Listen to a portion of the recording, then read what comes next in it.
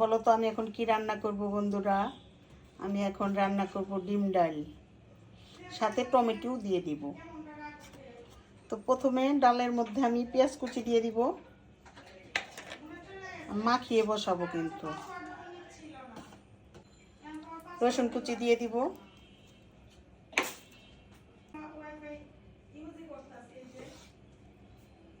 হলুদ গুঁড়ো দিয়ে দিব, স্বাদ মতো লবণ দিয়ে দিব, ফালি করে রাখা টমেটো। এখন আমি তেল দিয়ে দিব।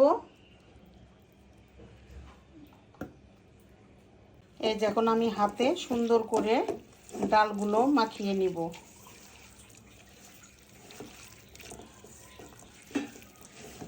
আমি ঘন ডাল বেশিরভাগ এইভাবে মাখিয়েই বসিয়ে দেই। এই তো সুন্দর হয়েছে। এখন আমি পরিমাণ মতো পানি দিয়ে দিব।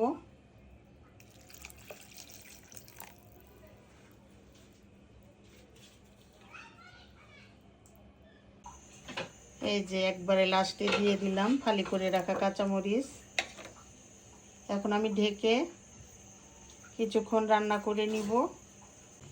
এই যে আমার ডাল প্রায় শেষের দিকে। তো এখন আমি ডিমগুলো ভেঙে দিব, আস্তে করে ছেড়ে দিব।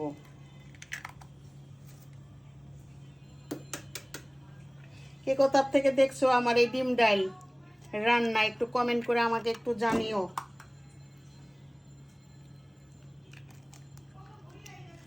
সব কিন্তু এক জায়গায় দেওয়া যাবে না বন্ধুরা, মানে একটু দূরে দূরে দূরে দূরে ভেঙে দিতে হবে। এই তো বন্ধুরা দেখো আমার ডাল রান্না কমপ্লিট।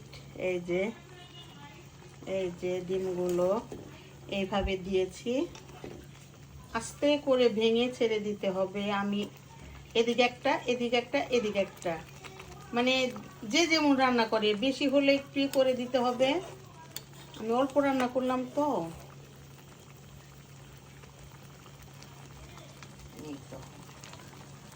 এই তো আমার ডিম ডাল রান্না কমপ্লিট।